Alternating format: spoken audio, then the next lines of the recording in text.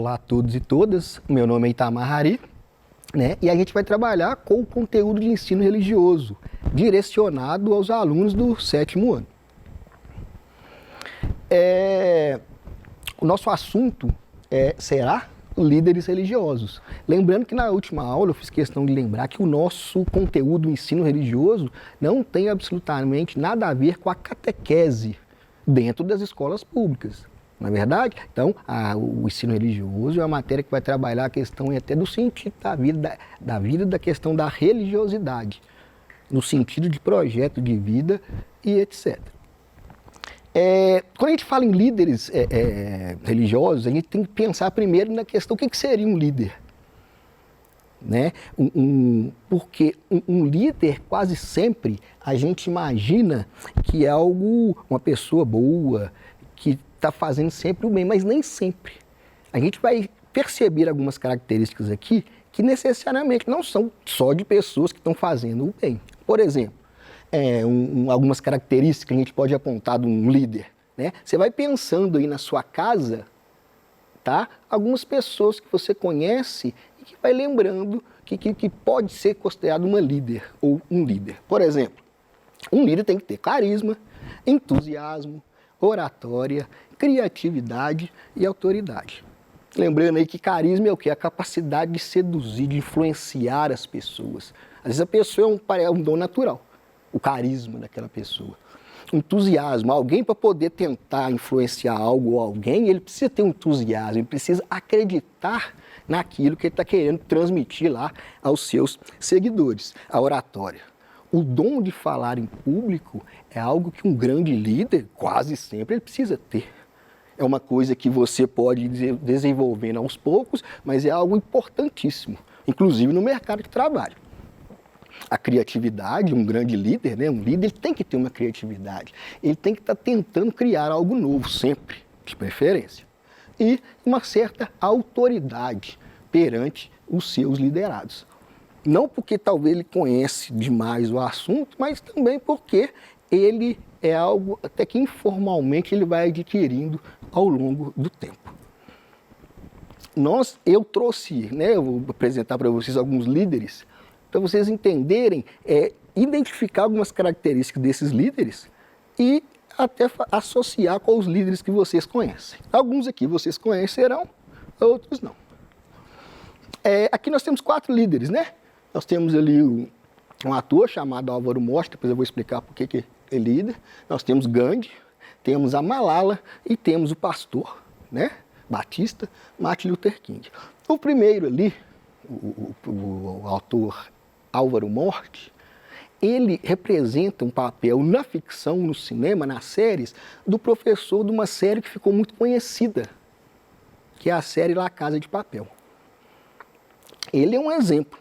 Né? Embora seja uma série que muita gente gostou, apaixonou e até tiveram uma certa simpatia pelos criminosos, é interessante ver que o direcionamento dele não é para algo bom. Por mais que eles tenham criado uma simpatia com as pessoas, são criminosos, estão fazendo uma coisa super errada. Ele mesmo fala: se a gente for pego, ganharemos tempos na prisão. Do lado nós temos Gandhi, um pacifista indiano, tá? Que a grande luta dele foi o quê? Para a libertação da Índia, da colonização da Inglaterra. Gandhi tem a história dele muito bonita. Tem um acontecimento interessante, que é a Caminhada do Sal, na qual ele caminhou mais de 300 quilômetros, juntamente com a multidão de pessoas, em direção ao mar. Porque ele acreditava que a Inglaterra cobrava impostos muito altos dos indianos. E ele acabou conseguindo lá a independência da Índia. E pouco tempo depois, infelizmente, ele foi assassinado. Nós temos a Malala. A Malala é um exemplo de jovem com ideais. No país dela, que é o Paquistão, era mais ou menos... Eles não são muito adeptos de estudo direcionado às mulheres. E ela, contra tudo e contra todos, resolveu continuar estudando. Ela chegou a criar um blog e foi ficando famosa mundialmente nessa luta dela do desejo de saber. Conhecimento é muito bom, não é verdade? E ela, voltando da escola um determinado dia, ela já estava até famosa, entrou alguém num ônibus que ela estava, no escolar, e a baleou na cabeça.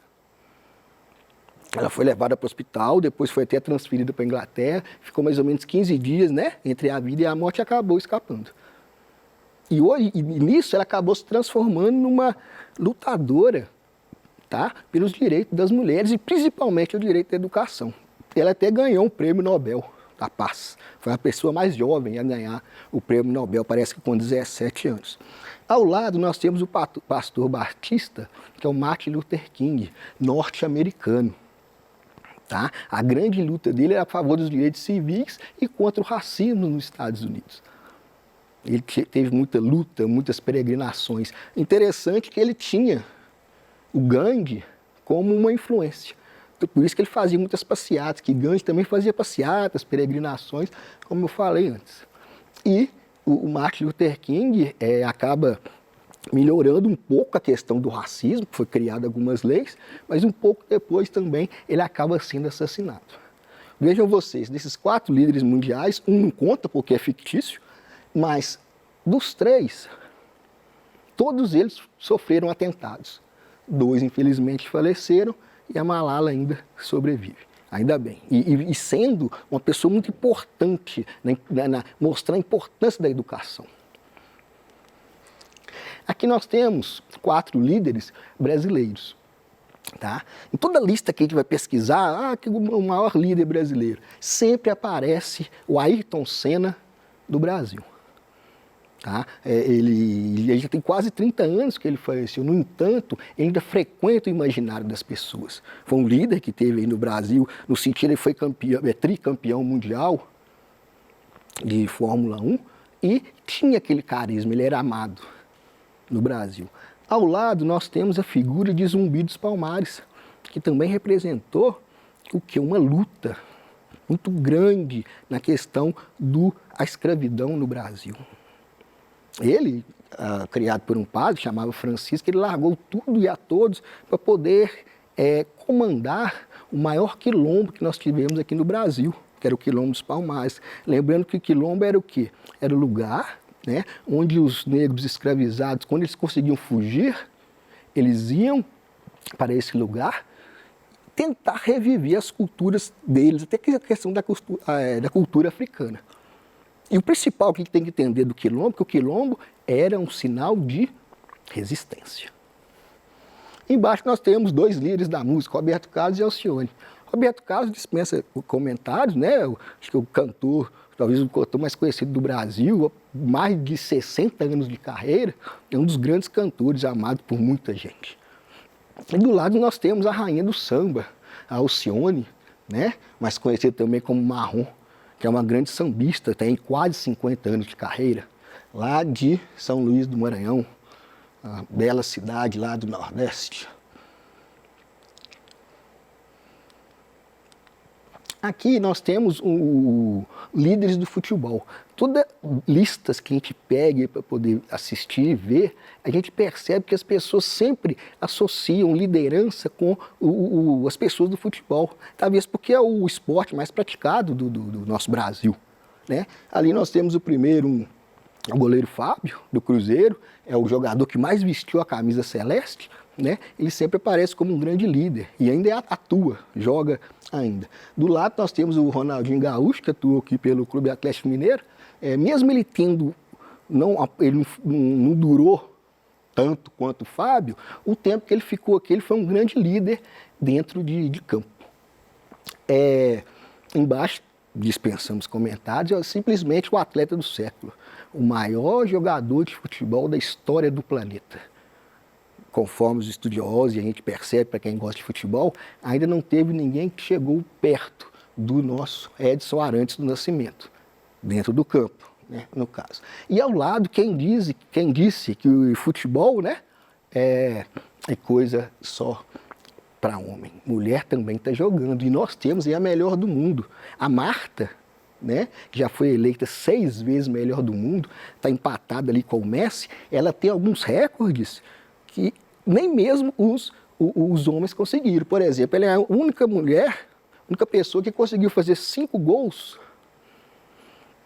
ou melhor, conseguiu fazer gols em 5 edições de Copa do Mundo. E também já está junto com o Klose ali como artilheira das Copas. Então, agora a gente vai entrar um pouco na questão dos líderes religiosos. Lembrando que quando a gente fala de religião, tá, a gente está falando de milhões de pessoas, de seguidores, de crenças, maneiras de ver, de entender. É algo que a gente precisa, a gente entende, dá umas pinceladas, mas o bom mesmo é a gente pesquisar, entender melhor. E o principal, que é até o tema da aula anterior, que é o respeito religioso. Aqui, para começar, a gente tem 2 religiões afro-brasileiras, né? Que é o candomblé e a umbanda. Afro-brasileiras porque tem elementos africanos, lembrando que a África é um continente, e tem elementos aqui do Brasil. Tá? A gente sabe que quando os negros escravizados vieram da África para o Brasil, trazidos à força, diga-se de passagem, né, os que chegaram vivos, porque é interessante saber que na travessia do Atlântico, África, Brasil, a estimativa de mortes está mais de 1 milhão de pessoas. Para vocês terem uma ideia, né, esses corpos, durante essa travessia, essas pessoas morriam, eles eram jogados ao mar. Tem um livro que está entre os 10 mais vendidos do Brasil, chamado Escravidão, volume 1, de um autor chamado Laurentino Gomes, parece. Ele falou uma coisa que eu fiquei muito assustado. Ele disse que os navios negreiros eles chegaram a mudar as rotas dos tubarões pelo oceano. Por quê? De tantos corpos que eram jogados ao mar durante essa travessia. É interessante a gente estar atento para isso aí. Bom, aqui nós temos 2 líderes religiosos, né? Nós temos Ialorixá e o Babalorixá, mais conhecido também como Mãe de Santo e Pai de Santo. Eles são comuns nas 2 religiões, tanto no candomblé quanto na umbanda.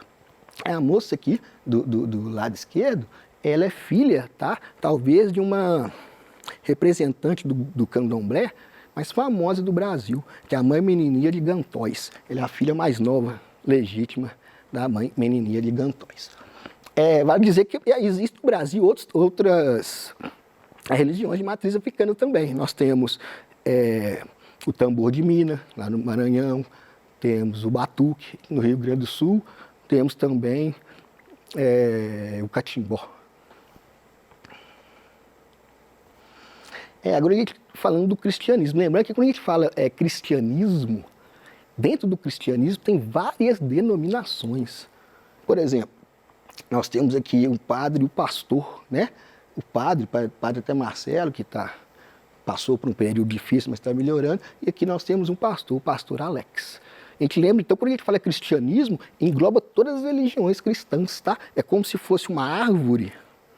E nessa árvore tem, né? Cada galho seria uma denominação religiosa. É interessante a gente chamar a atenção para isso. Aqui nós temos um busto, né, representando o espiritismo, que o líder, no caso da religião espírita, seria os médiuns. E aqui nós temos um busto do médium mais famoso do Brasil, inclusive até mundialmente falando, ele é muito conhecido, que é o Chico Xavier, representante do kardecismo, né, que é a religião que acredita nas reencarnações. Muita gente fala que ele é doutrina e muita gente fala que é religião. Então, acho que não precisa entrar muito nisso, é só para vocês entenderem que existe um líder, que é um médium, tá, que faz nos templos espíritas ali o seu trabalho, ele representa aquelas pessoas, seus liderados. Chico Xavier, inclusive, ele tem mais de 450 livros psicografados. Ele é muito famoso para quem é dessa religião. Aqui a gente já vai falar de outras religiões, do judaísmo e do islamismo, lembrando que o judaísmo ali é um rabino, né? Ele é o responsável pelos cultos no templo. Para a gente entender um pouco do judaísmo, eu sugiro a vocês um livro maravilhoso que se chama O Diário de Anne Frank. O Diário de Anne Frank conta a história de uma menina judia que na época da Segunda Guerra Mundial ela ficou presa junto com a família dela com outras pessoas. confinadas. E é interessante vocês perceberem como o tempo todo ela preocupava com os estudos. Chama o Diário de Anne Frank. Ali nós temos o islamismo, né, cujo representante geralmente que faz as reuniões, né, é um imã. Ele é como se fosse o sacerdote ali dessa religião. Lembrando que o islamismo, né, é a segunda maior religião do mundo, só perde para o cristianismo, em termos de número de adeptos, né, naturalmente.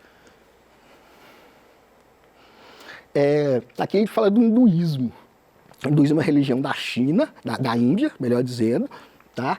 Ela é uma religião, a terceira maior religião do mundo, e muita gente fala, não só hinduísmo, muita gente fala hinduísmos, porque são muitas formas de crer, de entender. Recentemente eu li um livro desse rapaz aqui de baixo que se chama A Autobiografia de um Yogi. Ele, quando a gente lê esse livro, dá para a gente entender um pouco a variedade de assuntos que tem no hinduísmo, é muita coisa. Esse livro tem um lance interessante, que é o livro de cabeceira do Steve Jobs, tá? Quando ele morreu, parece que quem foi no funeral dele ganhou um exemplar desse livro, chama o Diário de Yogi. Aí dá para você entender um pouco da variedade de crenças que existe na Índia. Aí no PEC de vocês falam por questão do Papa Francisco, né? Papa Francisco, a gente sabe que é um representante, né, maior da Igreja Católica, mas ele está fazendo uma espécie de uma igreja de saída. Ele está mais preocupado com o que une as religiões do que aquilo que separa. Tá? Ele é o primeiro Papa latino-americano, ele é o Papa número 266. E está tentando fazer, né, uma reunião das religiões procurando uma cultura de paz. E do lado dele, existe, não é uma religião, né? Naturalmente, o ateísmo, mas é interessante a gente saber o seguinte, que existem muitas pessoas que são ateus no mundo. Ateu significa não Deus. E hoje, talvez, o maior representante do ateísmo seria Richard Dawkins. Você tem um livro muito famoso chamado O Gênio Egoísta. No final do seu PET aí, né, ele fala um pouco, novamente, sobre a questão da intolerância religiosa. Fala que o Estado de São Paulo criou uma lei para justamente combater essa questão da intolerância religiosa. A gente vai lembrar o seguinte, a gente sabe que o Estado é laico, tem lei contra as intolerâncias religiosas, contra a discriminação, o preconceito, mas o que acontece? A gente sabe que, infelizmente, esse tipo de prática vem acontecendo. Infelizmente, também, 70% de quem denuncia algum tipo de discriminação religiosa, de algum tipo de preconceito religioso, são as pessoas das religiões de matrizes africanas.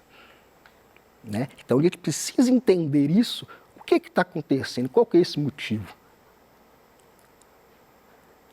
E como que isso precisa mudar? Só muda através do conhecimento. Na última aula a gente falou, a gente obtém conhecimento pelos livros, bibliotecas, pela arte e até pelas pessoas mais idosas que trazem conhecimento para a gente. E quando a gente começa a conhecer mais, a partir do momento que eu conheço, eu passo a respeitar mais. Lá no filme Matrix 1, quando o Morfeu apresentou para o Neo a pílula vermelha e a azul, o Neo escolheu o quê? A vermelha, o conhecimento. No livro que eu indiquei para vocês, lá da Anne Frank, vocês vão ver a sede que ela tinha de conhecimento. Quanto mais eu conheço, mais eu respeito e passo a entender as coisas. Né? E é interessante a gente lembrar também que se tem manifestação, se tem luta, se tem algo, as pessoas procurando manifestar, expor o seu sentimento, é porque uma coisa não está errada. E eu agradeço mais uma vez, até a próxima e tamo junto.